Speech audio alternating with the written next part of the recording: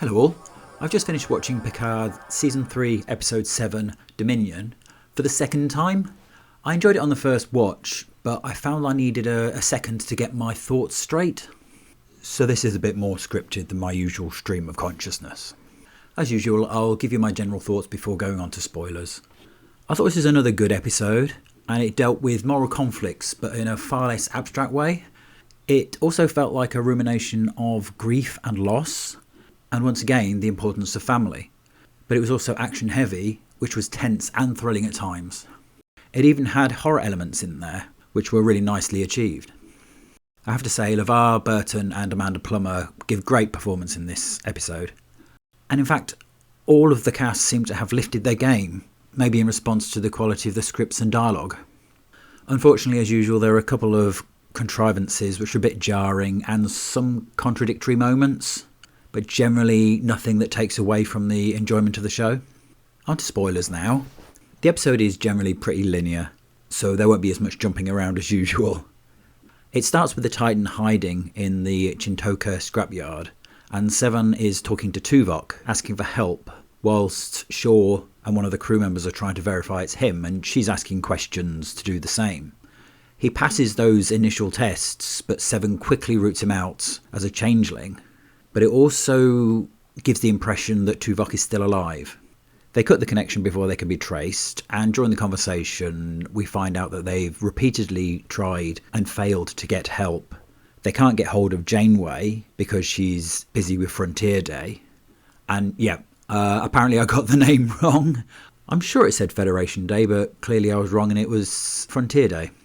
And through all this, a stark realisation that they're actually on their own and time is running out. Turns out Worf and Raffi are off ship. They've confirmed that Riker isn't with Starfleet and are on their way back.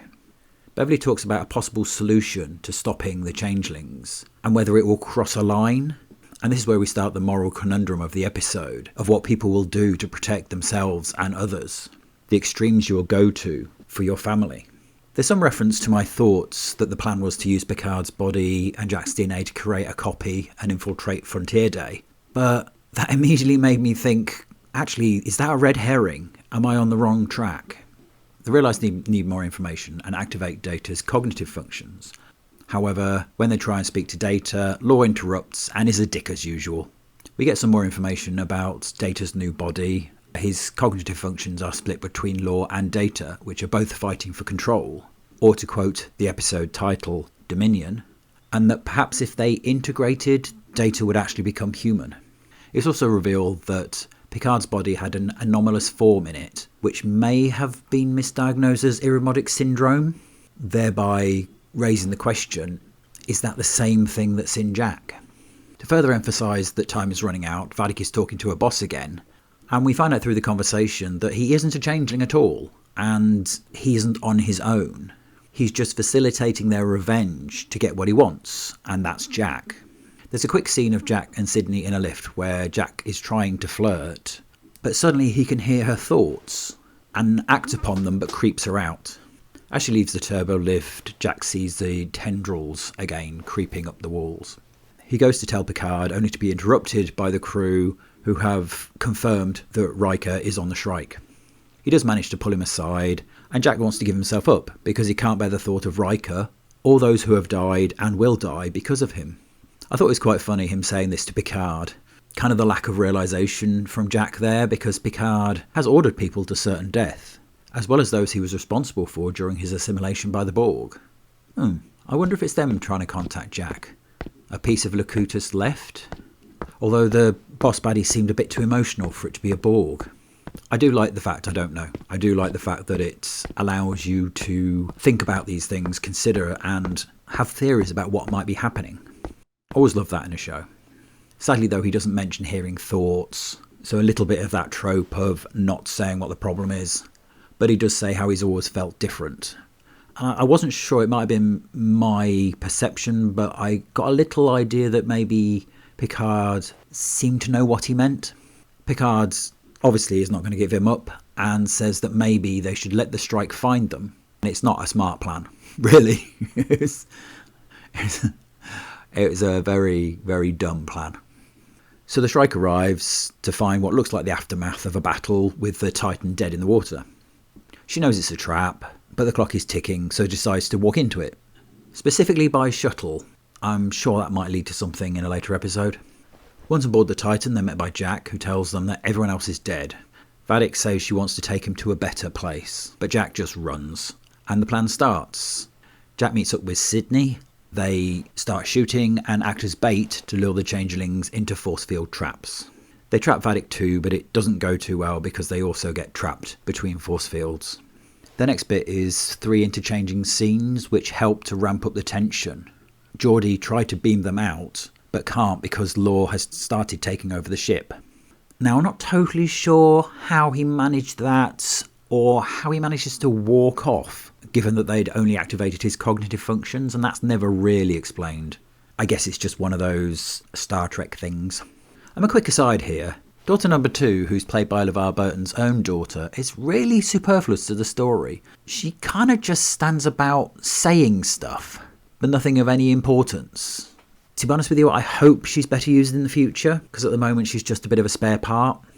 Beverly confronts Vadic, who really doesn't seem too bothered by her predicament, and Beverly is musing over what she'll do to save her son. Picard arrives, and Vadic once again infers that Jack doesn't belong to them. Now, I love this conversation. It was really nicely done, during which the moralities of war and the actions and atrocities done and justifications made are explored, as we learn more about Vadic and her motivations and rationale. And she talks about how she wants to protect her people and her family. And it's curious how the perception of what is right is fluid, depending upon perspective, as she sees the Federation as being evil. And how the worst actions can be justified. It's almost a you can't handle the truth moment, and reflects heavily on the morality question throughout the episode. Vadic reveals that she was the result of an experiment, Project Proteus, and we see a montage of horrifying scenes of experimentation and torture suffered in her liquid form. This is where the horror elements come in, because it's really nicely achieved and it's really dark and unpleasant. Now, apparently the Federation, I presume it was Section 31, were trying to make perfect spies and gave them their ability to perfectly mimic solids. She escaped, took the face of a torturer, presumably to remind her of her own hate, and gave those abilities to her fellow captors by linking with them. So it's really nice to see Vadic be more than just a mustachioed twirling bad guy, and it's a fantastically understated yet intense performance by Amanda Plummer. Unfortunately, the narrative is completely contradicted by her needlessly killing one of her changeling family in a fit of pique in the last episode. That moment, which was presumably done to make her look unstable, really undermines her motivation. It seemed like a really bad decision to me. Feeding into the morality question again, and reflecting the same attitude, Picard and Beverly decide they have to kill her. Meanwhile, as the force fields start to fail, there's a lovely scene where Geordi is pleading with Data, trying to get him to reassert control, and LeVar Burton is just great. The level of passion and distress he conveys is palpable, and I'd probably say it's the best I've seen him. But it doesn't work. Law just drops the shields, holding the changelings, and puts one up between Jack and Sydney. At the same time, Vadic escapes, and as Picard and Beverly shoot at her in liquid form, it has no effect. And I'll come back to that later. Jack kills the changelings he was fighting with, but Sydney is losing. Suddenly Jack links with her, and they mirror each other's movements as Jack helps her fight and survive, once again massively creeping her out. Finally, Data reasserts control, drops the shield between them just as Vadic arrives, and they run. Beverly looks into Project Proteus and finds a way to track the changelings. It turns out Vadic and the big guy are on their way to the bridge. They're intercepted by Shaw and a couple of crewmen who both die. He manages to shoot the big guy. Unfortunately, the big guy reforms and Shaw gets thrown into the turbolift. On the bridge, the turbolift arrives. All the crew have phasers. Shaw falls out, showing signs of being beaten. Seven turns her back to the lift to point her phaser at Shaw, whilst Vadic and the big guy reform. Whilst everybody just stands around and does nothing. This really was quite jarring to me. They just stand there doing nothing. More changelings enter the bridge, and the Titan is now theirs. Jack and Sydney find Picard and Beverly, as Vadic says over the intercom that she's going to reveal who Jack really is. It also has to be remembered that Geordi, Daughter Number 2, and Data, Law, are still free on the ship. And obviously Worf and Raffi are also on their way back. So yeah, a good episode, but just a couple of bits, like the moment on the bridge where everyone just stands still, and the phasers, because sometimes they vaporize the changelings, sometimes they kill them, as with the one who was killed by Seven, and that changeling just stayed in its mimicked form. Sometimes they shoot holes in them, which heal, and sometimes they have no effect whatsoever. It's really, really inconsistent, and that bugged me a little bit. Also, I found out, obviously, that the Shrike crewmen are also fully fledged changelings. They're not just changeling goop in suits. As is probably clear, I really enjoyed the reflections on morality, the ideas of what people will or won't do, the reflection of that morality against people who think they're the good guys, and what even good people will do in extreme situations, and how the bad guys aren't totally the bad guys. They have their own motivations, they have their own reasons. I thought that was quite nice. I thought it was really well achieved in this episode. That juxtaposition and mirroring, I guess. I thought it was a good episode. I thought it was a step up from last week's. A solid, good, enjoyable and exciting episode. Anyway, I'll leave that there. If you've got any comments, I'd be curious to know what you guys thought.